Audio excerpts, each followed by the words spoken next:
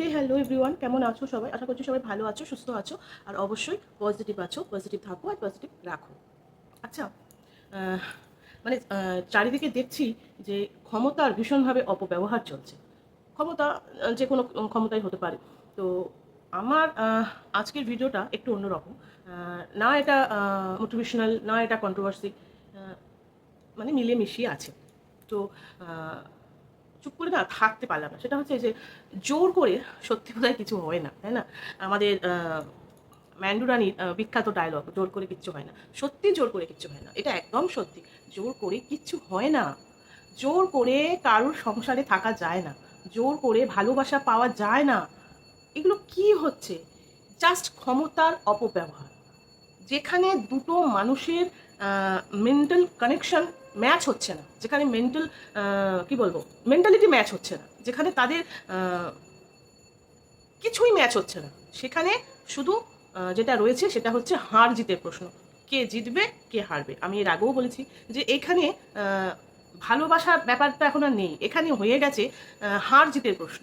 কে ওই সংসারে টিকবে, কে ওই সংসারে টিকবে না। কিন্তু আমার মনে হয় এইভাবে কারোর সংসারে ঢুকিয়ে দেওয়ার থেকে একটা মানুষের জীবন বাঁচানোটা খুব দরকার। এই যা পরিস্থিতি হচ্ছে, তো কিছু মানে যে কোনো সময় যে কোনো অঘটন ঘটে যেতে পারে, আর সেটা মোটেও আমাদের কাম্য নয়। কারণ আমরা এখানে সেটা করতে চাই না কেউ। কিন্তু কথা হচ্ছে এই যে যারা এই ব্যাপারটাকে নিয়ে এত জলঘোলা করছে, তারা কি চাইছে? তারা কি চাইছে এখানে?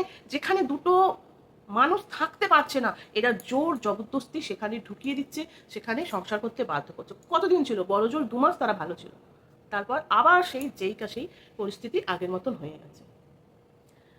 সত্যি জোর করে হয় না গো। এই যে যারা বলছো যে তুই ওই সংসার থেকে বেরোবি না, হ্যান করবি না, ত্যান করবি না, কি ওই রকম সংসারে থেকে কি লাভ যেখানে এই বাচ্চা মেয়েটির নিজের ট্যালেন্ট বলতে সে ভালো নাচ করতে পারে, সে ভালো অ্যাক্ট করতে পারে। কি আছে ওই ছেলেটির মধ্যে যে যাকে পাওয়ার জন্য এত মরিয়া? একটা মেয়ে যদি তার কর্মস্থানে সুপ্রতিষ্ঠিত হয়, তাহলে তার কাছে হাজারো পুরুষ মানুষ আসবে এবং এর থেকে বেটার মানুষ আসবে, তাই না? যদি সে তার কর্মজীবনে সুপ্রতিষ্ঠিত হয়। মেয়েটির এখনো বয়স কম, সে চাইলেই কিন্তু সুপ্রতিষ্ঠিত হতে পারে। কেন এই সংসার জীবনে ঢুকে সে তার জীবনটাকে তছনছ করে দিচ্ছে? যেখানে আমরা প্রতিনিয়ত বলে থাকি যে মেয়েদের আজকের ডেটে স্বনির্ভর হওয়াটা খুব দরকার, সেখানে এই মেয়েটিকে সংসার করার জন্য রীতিমতো বাধ্য করা হচ্ছে। যেখানে মন মানছে না, যেখানে মন টিকছে না, ক্যামেরায় দেখিয়ে জন্মদিন পালন করা, ক্যামেরায় দেখিয়ে সব কিছু করা, এইগুলো কতদিন? বেশি দিন হয় না। যেখানে মন থেকে মানুষ যেগুলো করে সেইগুলোই থেকে যায়, যেগুলো দিখাবা হয় সেইগুলো টেকে না। কিন্তু কথা হচ্ছে না, কিছু মানুষ এখানে জোর করে তাদের ক্ষমতার প্রয়োগ দেখিয়ে তাকে বাধ্য করে এই জিনিসটা করা হচ্ছে। আজ আমার এই, আমি কদিন আগে পর্যন্ত এই মেয়েটির প্রতি আমার সহানুভূতি ছিল, যে মেয়েটি ভালোবাসাটা জেনুইন। কিন্তু যেখানে দেখতে পাচ্ছি আমাকে অপমানিত হতে হচ্ছে, সেখানে যেখানে আমার স্বনির্ভর হওয়ার মতন একটা জায়গা আছে, দরকার নেই, কোথাও থাকা দরকার নেই, না বাবার কাছে থাকা দরকার আছে, না স্বামীর কাছে থাকা দরকার আছে। যদি মেয়েটি চায়, মেয়েটি একটা নিজের বাসস্থান অনায়াসে করে নিতে পারে, কারণ তার একটা ফেস ভ্যালু তৈরি হয়ে গেছে সোশ্যাল মিডিয়াতে। তাহলে সে কেন এইরকম একবার বাবার ঘর থেকে লাথি মেরে স্বামীর ঘর, স্বামীর ঘর থেকে লাথি মেরে বাবার ঘর? আমি জানি না, আমার এই সমস্ত মেন্টালিটি মানুষদের আমি বুঝতে পারি না তারা কি চায়। এখন যেটা হয়ে দাঁড়িয়েছে না, সেটা হচ্ছে সম্পূর্ণ হার জিতে প্রশ্ন, যে কে জিতবে কে হারবে। কেউ চলে যাচ্ছে থাম থাম হ্যানা ফ্যানা, সেখানে সব কত 16 সোমবার করে বেড়াচ্ছে, হ্যানা আর কি কি করছে আমরা জানি না, বা জানলেও বলতে চাই না। কেউ বলছে এই করেছে সেই করেছে, সেসবে আমি যাচ্ছি না। আমার কাছে শুধু একটাই কথা, সেটা হচ্ছে যে যেখানে ভালোবাসা নেই, যেখানে মেন্টাল স্থিতি ম্যাচ করছে না, সেখানে কেন আমি জোর করে থাকবো? যেখানে মেয়েটির কোনো পিছু টান নেই, তা সত্ত্বেও কেন অমন একটি ছেলেকে পাওয়ার জন্য এত মরিয়া? এই জন্যই বোধহয় আমার মেন্টালিটির সাথে অনেকের মেন্টালিটি ম্যাচ করে না। আমি যদি দেখি যে আমার একটা ফেস ভ্যালু তৈরি হয়েছে সোশ্যাল মিডিয়াতে, এবং আমি যদি মনে করি যে হ্যাঁ এখান থেকে আমি আমার কর্মজীবনে সুপ্রতিষ্ঠিত হতে পারবো, তাহলে আমার দরকার নেই কাউকে। আমি আমার মতন গুছিয়ে আমি আমার জায়গাটা যদি স্ট্রং করতে পারি, তাহলে আমি এর থেকে বেটার ভালো মানুষ পাবো আমার জীবনে। মানে আমি ওই মেয়েটির জীবনের কথা বলছি। যে বেটার মানুষ আসবে তার জীবনে। কেন এই মেয়েটির মাথায় এই জিনিসটা ঢোকানো হচ্ছে না? দেখা যাক শেষ অবধি কী দাঁড়ায়। শেষ অবধি একটা অঘটন হবেই হবে, কারণ এই যে কিছু মানুষ যা শুরু করেছে সেটা মোটেও এই ছেলেমেয়েগুলোর জন্য ভালো হচ্ছে না। আমি শুধু ভগবানের কাছে এইটুকুই প্রার্থনা করতে পারি যেন কোনো অঘটন না ঘটে এবং একটা সঠিক সিদ্ধান্তে তারা আসতে পারে।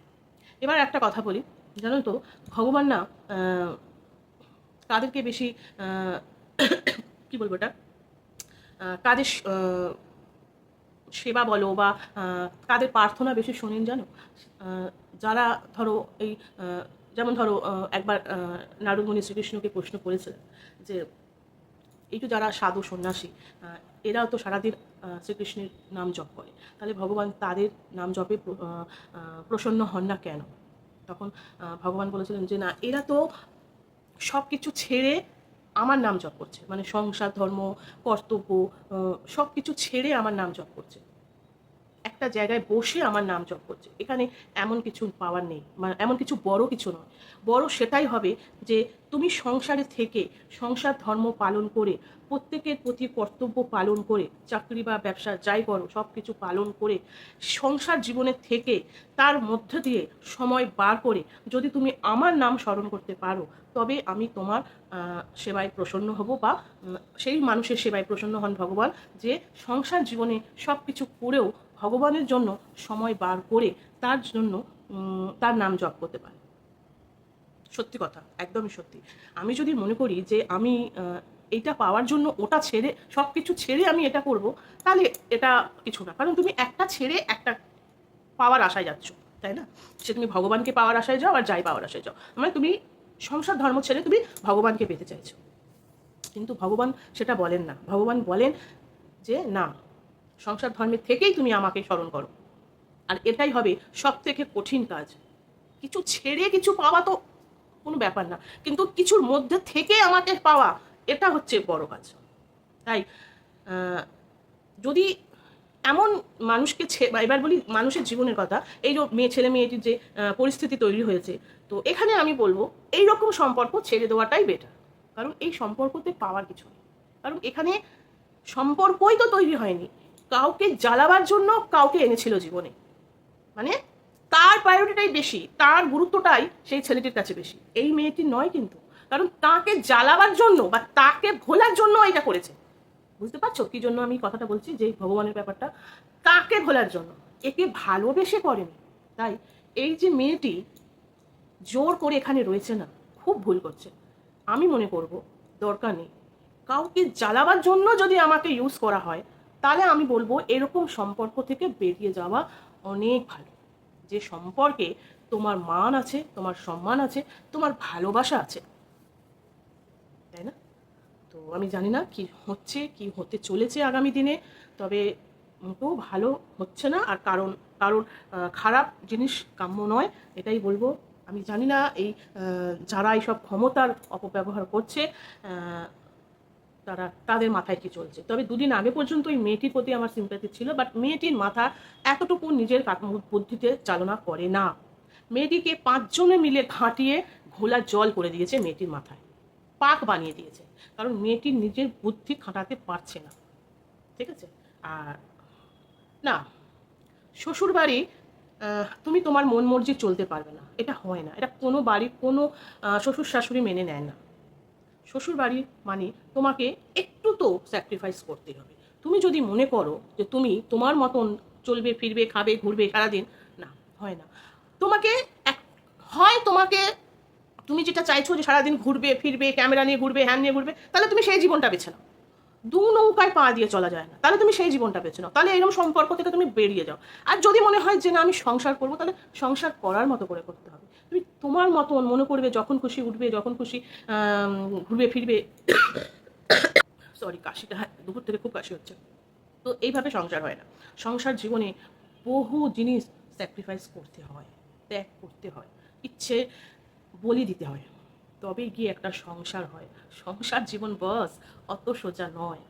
এই জন্যই ভগবান সেই মানুষেরই সেবা নেন বা সেই মানুষের ডাকেই সাড়া দেন যিনি সংসারে থেকে ভগবানেরও নাম জপ করতে পারে। বোঝাতে পারলাম লিঙ্কটা? চলো। আর বেশি বলবো না। চলো সবাই ভালো থেকো, সুস্থ থাকো, বেশি ভেতরে না ঢোকাই ভালো। ঠিক আছে, যেটুকু বুঝলাম, যেটুকু আমার মনে হলো আমি বলতে পারি, আমি সেটুকুই বললাম। ঠিক আছে, চলো সবাই ভালো থেকো, সুস্থ থেকো। ভালো লাগলে লাইক করো, চ্যানেলটাকে সাবস্ক্রাইব করে দেবো। টাটা।